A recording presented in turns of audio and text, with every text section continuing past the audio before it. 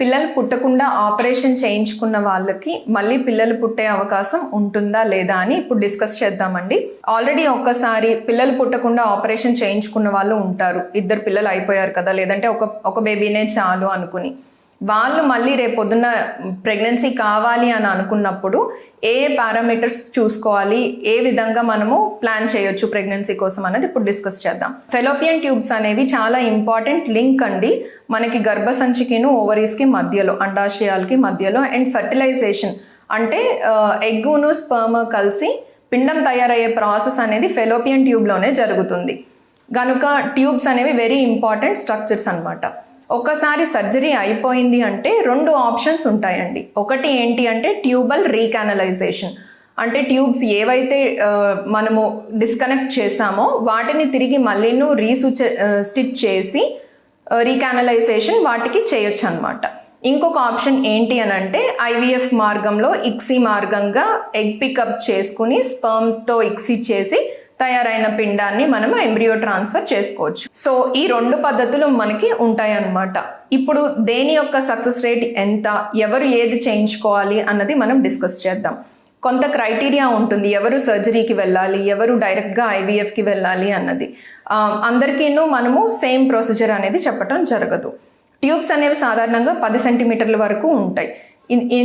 ఇది మనం ఒక్కసారి సర్జరీ చేసినప్పుడు లెంగ్త్ అనేది బాగా డిక్రీజ్ అవుతుంది. At the same time indication of the procedure, ఒక్క ట్యూబల్ సర్జరీ అనేది పిల్లలు పుట్టకుండానే కాదు, వేరే ఏదైనా ప్రొసీజర్ కోసము, లేదా ఇది వరకు ఎక్టోపిక్ అయింది, మరొకటి ట్యూబల్ సర్జరీస్ జరిగాయి, లేదా ట్యూబల్ బ్లాక్ కోసం సర్జరీ చేయించుకున్నారు, ఇదంతా కూడాను ఒక్కసారి ట్యూబ్స్కి సర్జరీ అయితే నెక్స్ట్ ఆ ట్యూబ్ ద్వారా పిండం తయారయ్యేదానికి సక్సెస్ రేట్ వచ్చేసరికి కొంచెం తక్కువగా ఉంటుంది నార్మల్ ప్రెగ్నెన్సీ సక్సెస్ రేట్ కన్నాను.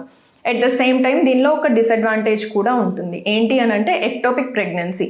ఒకసారి ట్యూబ్కి సర్జరీ అయినప్పుడు ఏమవుతుంది అని అంటే తయారైన పిండం అదే ప్లేస్లో అతుక్కుని పెరిగేదానికి ఛాన్స్ ఉంటుంది. అటువంటప్పుడు ఈ పిండం గర్భసంచిలో కాకుండా ట్యూబ్లోనే పెరగటం వలన ఎక్టోపిక్ ప్రెగ్నెన్సీ అని అంటాము. At the same time tubal rupture అవ్వడము, ఆ ప్రెగ్నెన్సీ కంటిన్యూ అయ్యే ఛాన్స్ కూడా ఉండదు. సో ఈ 2 అనేది ట్యూబల్ సర్జరీలో డిసడ్వాంటేజెస్. ఈ రెండింటిని మనం ఓవర్కమ్ చేయడానికి మనకి ఐవీఎఫ్ ప్రొసీజర్ అనేది ఉంటుంది.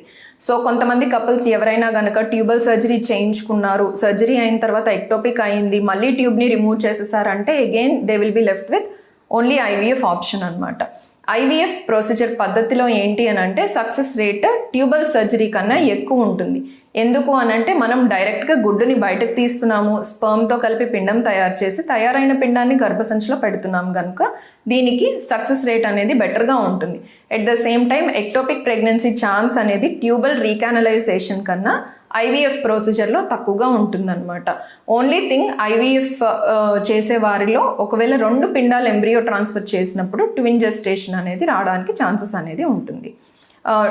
2 or more than 2 multiple gestation అనేది one of the extra factor అనమాట.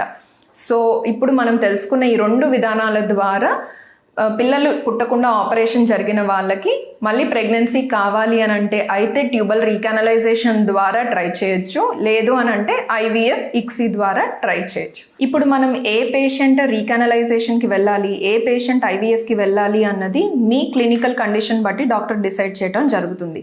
ఫర్ సపోజ్ మీకు ఏదైనా కనుక వేరే ట్యూబల్ పెథాలజీస్ ఉన్నాయి, హైడ్రోసాల్పింగ్స్ కానీ, లేదు అని అంటే ఏమైనా పిఐడి, పెల్విక్ కండిషన్స్ కొన్ని ఉంటాయి, ఎండోమెట్రియోసిస్, ఇటువంటి సమస్యలు ఉండేటప్పుడు మీకు ట్యూబల్ రీకానలైజేషన్ కన్నా ప్రిఫరబుల్గా ఐవీఎఫ్కి వెళ్తే సక్సెస్ రేట్ అనేది బెటర్గా ఉంటుంది. ఎందుకంటే ఇటువంటప్పుడు మనకి ట్యూబల్ పేటెన్సీ కన్నా ట్యూబ్స్ యొక్క ఫంక్షన్ అనేది ఇంపార్టెంట్. ఫంక్షన్ అనేది కొన్ని పెల్విక్ కండిషన్స్లో కాంప్రమైజ్ అవుతుంది. ఇటువంటి చిన్న విషయాలన్నీ మల్టిపుల్ థింగ్స్ సక్సెస్ రేట్ని ప్రెడిక్ట్ చేస్తుంది. కాబట్టి ఒకవేళ బోత్ ద ఫెసిలిటీస్ ఉన్నట్లయితే కనుక ఐవీఎఫ్ ద్వారా సక్సెస్ రేట్ బెటర్గా ఉంటుంది, కాంప్లికేషన్స్ కూడాను తక్కువగా ఉంటాయి అన్నమాట రీకానలైజేషన్ ప్రొసీజర్ కన్నా. బట్ స్టిల్ ఇప్పుడు ఒకవేళ పేషెంట్ కనుక యంగ్ ఫీమేల్ అండ్ వేరే ఏ పెల్విక్ డిసీజెస్ లేవు, పెల్విక్ కండిషన్స్ లేవు, ఇంకొకటి ఏంటి అంటే వాళ్ళు ట్యూబల్ లెంగ్త్ అనేది కూడాను రెసిడ్యువల్ ట్యూబల్ లెంగ్త్ బాగుంది అనే వాళ్ళకి సక్సెస్ రేట్ బాగానే ఉంటుంది. Thank you.